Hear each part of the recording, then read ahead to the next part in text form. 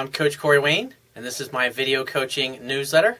And the topic of this newsletter is going to be, what if she doesn't remember me?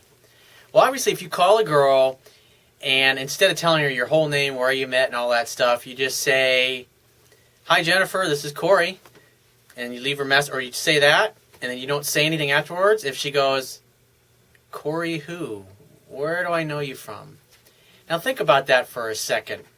You call a girl you've been thinking about and looking forward to calling her because you haven't been able to get her off your mind since you met her, and then you call her a few days later and she doesn't even remember who you are. It's obviously not a good sign. And what I see a lot of, guys that send me emails, and this, I used to do this a lot when I was younger as well, and a big problem a lot of guys have is they interact with women they really don't have a chance with because maybe they've seen too many movies or TV shows where the guy gets ignored by the pretty popular girl. She wants nothing to do with him, ignores him, and then by the end of the movie, of course, she falls in love and they live happily ever after he stalks her basically the whole movie. Well, that shit doesn't work in real life. And so what you see happening a lot is guys getting involved with girls and projecting their high interest, high level of attraction for a girl onto her, and they assume that she feels the same way. And if she doesn't feel the same, well, it's just a matter of time before she does. And the problem with doing that, the problem with that approach is because usually deep down you got a deep-seated belief that says, like for me personally, I know the family that I grew up in, by the time I was 18, 19, I felt unloved and I felt unlovable because my parents never showed me affection. They never showed each other any affection, never said I love you, never hugged us, kissed us, said I'm proud of you. I mean, just none of that stuff. That we got yelled at and got the crap beat out of us when we did something wrong. And so, I get into my early 20s, and because of this deep-seated belief, because in essence I was always wanting to get the love of my mother, and I never got it. And so when I would meet a girl, and I would really like her, I wouldn't really notice or pay attention, because there's nobody ever taught me how to tell when someone's into you and when they're not, and I would continue to pursue, go along with being friends for a while, thinking that that would change. And I wasted months and months and years of my life when I was younger being hung up on chicks like that. And then because you think, oh, I get this one perfect girl. She's just the perfect. She's this. She's beautiful. She got the body. Whatever it happens to be. You have this whole fantasy in your mind. That's what it really is a fantasy. And like for me, it caused me to emotionally feel exactly the way that I felt when I wasn't getting the love that I wanted from my mother. So to me, it just felt natural. Like, oh, this is normal. Normal to want someone and not be able to get any kind of attention from them, in essence. No love. And I assumed that was normal. And so it wasn't until I got older and as I learned this stuff and I practiced, I started getting better at this stuff, that I realized that attraction's not a choice. Some women either dig you or they don't. You're either in or you're out. A woman knows within about 3 seconds whether or not she would date you, sleep with you, go out with you. And so when you're talking to a girl and you want to go out with her, you got to pay attention to these things. You got to pay attention to the indicator of interest and not just see what you want to see. Cognitive dissonance, in other words. It's like ignoring the signs that there's no interest there, and then moving on, because you end up wasting a tremendous amount of your time and your life and your energy. And so, I would spend months just obsessing about these women that I would have a crush on when I was younger, and nothing would ever change. And like, to me, I didn't know any better. It felt exactly like the relationship was that I had with my mother. But at the end of the day, the bottom line is when you meet a girl and you really connect with her and she connects with you, you could feel it. She could feel it. And not only will it be outrageously obvious to you and to her that there is a connection between the two of you and both of you like each other, but it will be obvious to anybody that happens to be observing the two of you talking, because you can see that. You can see the chemistry. And sometimes you do see that in movies when two people, how they look at each other, the desire, they don't look away. And you deserve to have somebody that looks at you with desire. You deserve to have somebody that thinks you're awesome, that thinks you're fascinating, that thinks you're interesting. And if you think, well, I'm kind of weird, I'm kind of geeky, I've kind of got weird hobbies, I kind of like to do things that most people don't like to do. Trust me, with 6.5 billion other people on this planet and half of them being women, There are plenty of women, there are more women than you could ever date in your lifetime out there that will think you're awesome, that will think you're interesting, that will think you're fascinating. But if you're wasting your fucking time talking to girls that you're not getting anywhere with, because this is the problem. Guys are so afraid to talk to women, so afraid to get rejected. That's why I always say that one of the best places to practice to see this firsthand is to go to the mall.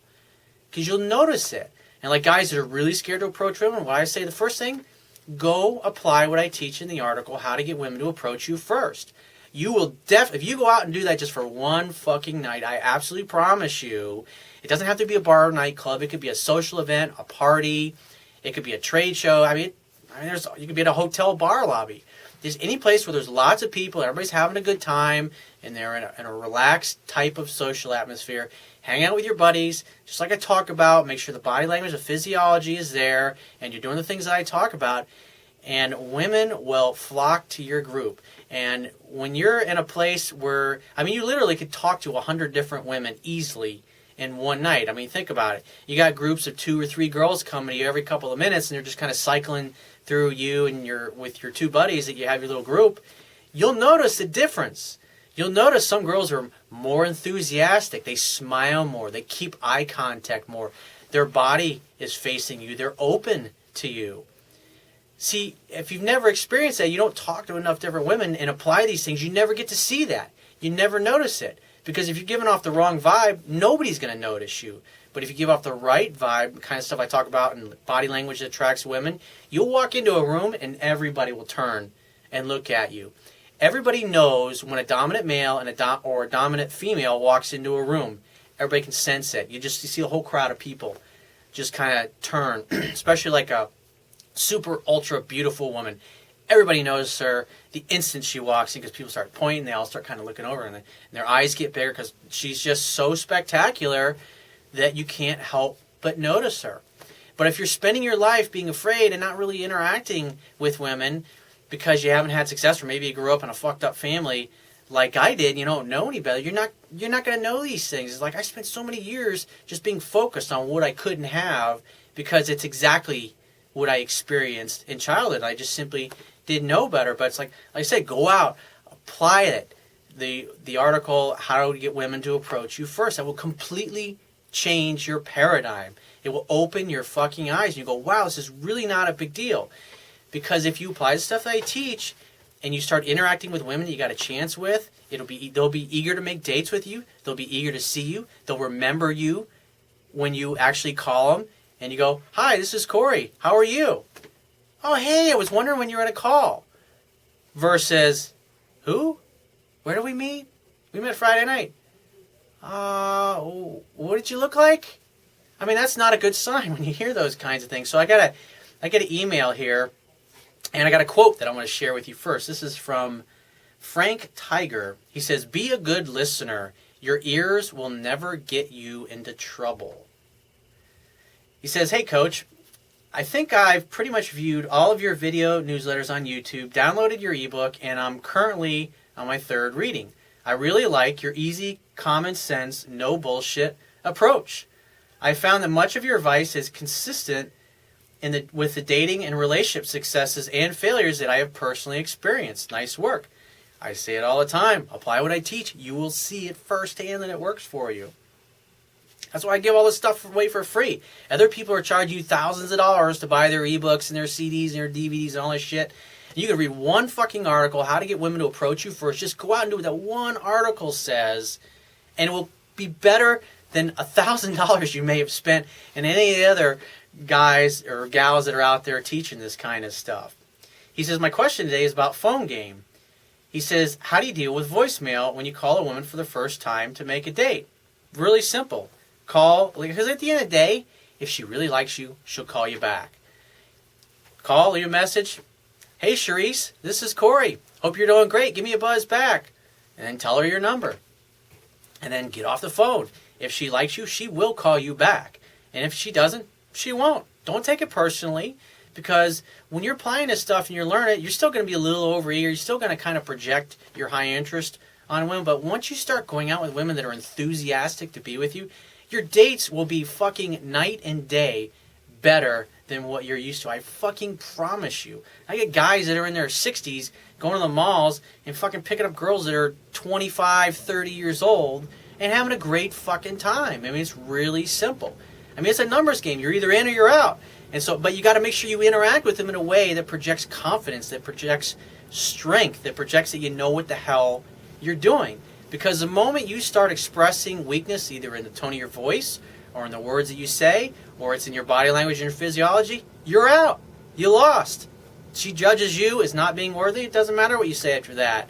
You can even see it. If you watch other guys, this is another thing you do when you're out in public, in like a bar or a nightclub or a party. You see a couple of guys, they start talking to a couple of girls, and initially the girls are enthusiastic, but after a couple of minutes, they start kind of looking at each other like, all right, who's going to be the one to lead us out of here? And you can tell it's like the guys are literally talking to women right out of liking them because they don't know what they're doing. They're not interacting with them in a way that creates attraction. It's beautiful because you don't really have any competition out there because so few guys really get this stuff. And the interesting thing is most people are too fucking weak. I was talking to one of my doctor friends today about this. We were talking about making life changes with health or doing chiropractic work that's healthy or working out or going for things that you want in life. It's that people have a low self-esteem or they have a low self-worth or they don't really think that they're much of anything to offer to anyone. They're not going to take care of themselves consistently. They're not going to work out. They're not going to go and work a job that they love.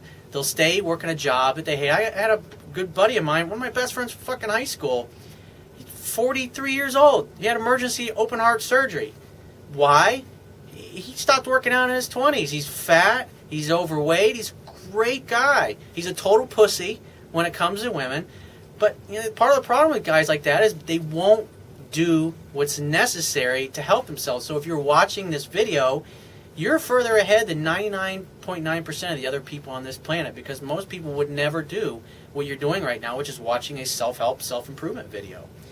He says, today, 4 days after she gave me her number, he says, I called a woman for the first time and got her voicemail, which didn't surprise me since she's a very attractive hostess at a fancy restaurant and probably screens her calls to weed out as many beta males as she can. Probably completely accurate statement. And it's good for you to think like that because you're able to look at the situation objectively.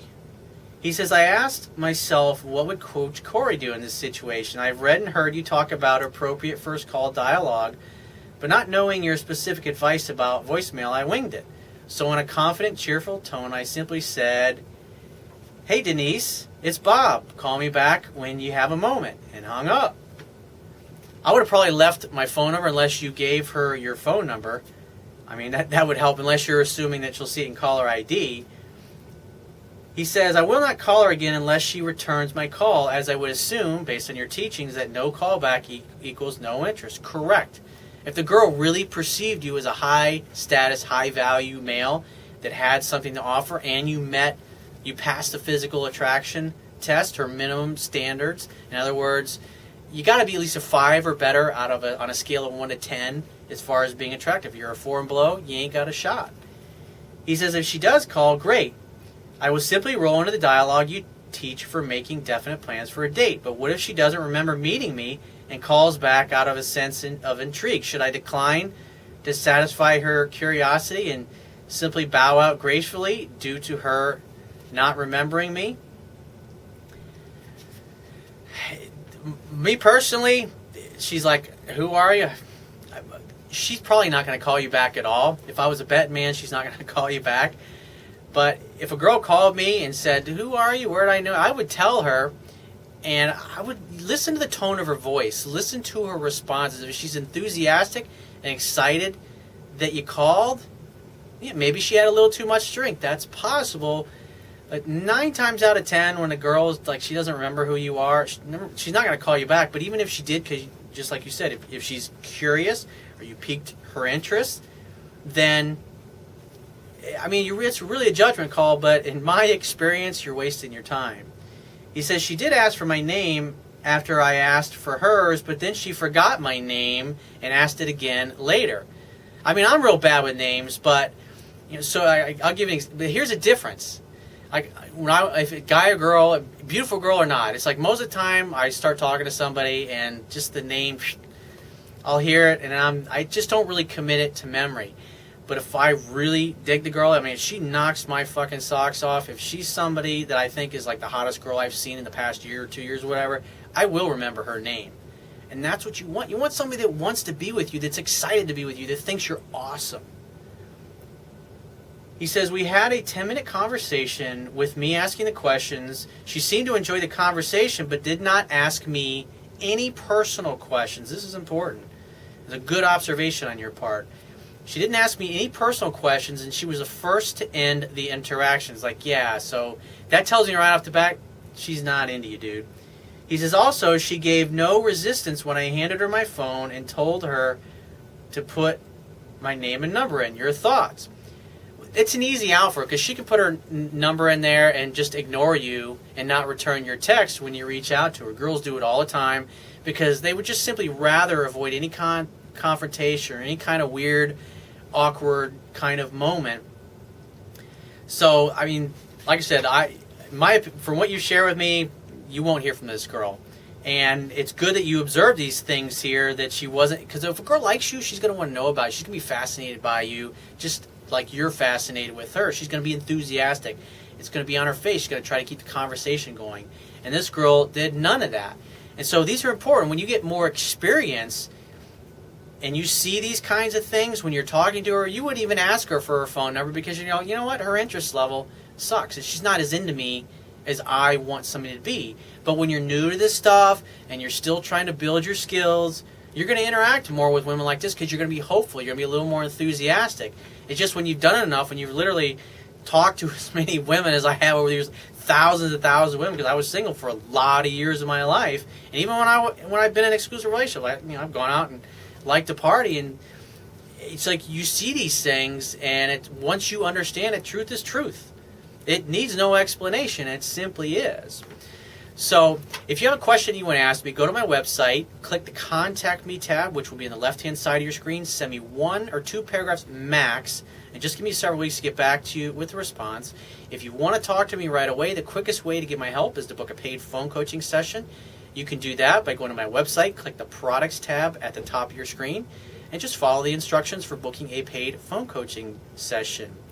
And if you appreciate the value of the information I offer in all of these video newsletters, the articles on my website, or my ebook, you can show your appreciation right now by going to my website, and on the Wibiya toolbar at the bottom of your screen, click the PayPal donate button and donate any amount that you feel is equal to the value of the information. And if you want to get my ebook, the quickest way to download my ebook, if you haven't read it yet, because that's going to give you the baseline knowledge, because all of these emails that I answer in my video newsletters and the articles on my website are emails from guys that are applying what I teach. And so you should think of my book as like a coaching manual. It teaches you the baseline knowledge. I mean, you can watch all 1,200 videos, however many it is I got at this point right now. It's a lot of videos, and you'll get snippets of it here and there.